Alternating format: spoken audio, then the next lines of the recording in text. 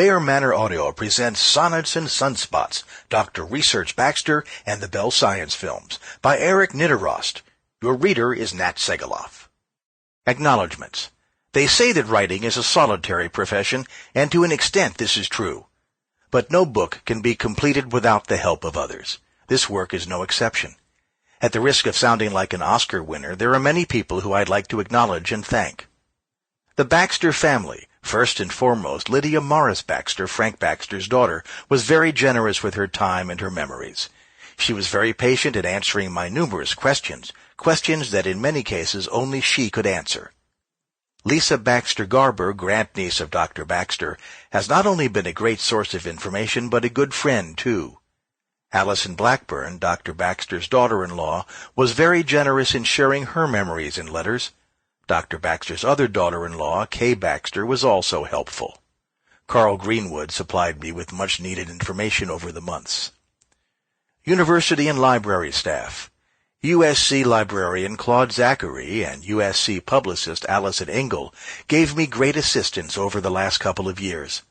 And archivist Aaron Spellbring gave me copies of a treasure trove of letters that Dr. Baxter wrote to his mentor, Harold Colton, from the 1920s to the early 1960s.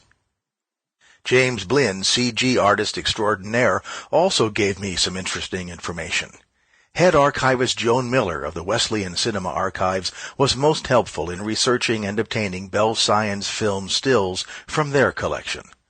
Dr. Baxter's former students gave me a good idea of how he taught in the classroom. These include Betty Fry, Pastor David R. Brown, Joseph Jarres, Alan Simon, Meredith Churchill, William Owen, Theodore Cordes, S. Howard Wallace, and Florence Nishida. Other friends have also made wonderful contributions. Danny Kuhn, a new and very talented novelist, has given me great help and encouragement. Vincent Summers, a scientist who was much inspired by Dr. Baxter, also helped with the professor's family tree research. Special mention has to be given to three talented individuals and friends, Tom Cito, June Foray, and Lewis Craft. Tom and I go back almost 20 years. He's a very talented animator who had worked for Disney and other studios over the years. We share a love of history, and in recent years, Tom has become a very talented writer and historian. He's now a professor of the practice of cinematic arts at USC, Dr. Baxter's old university. June Foray is one of those few people who deserve the title legendary. Though she's perhaps best known as the voice of Rocky the Flying Squirrel from Rocky and Bullwinkle fame, she had done scores of productions in the last 60 years or so. Lewis Craft is a very impressive writer and chronicler of Western history, and Sample complete. Ready to continue?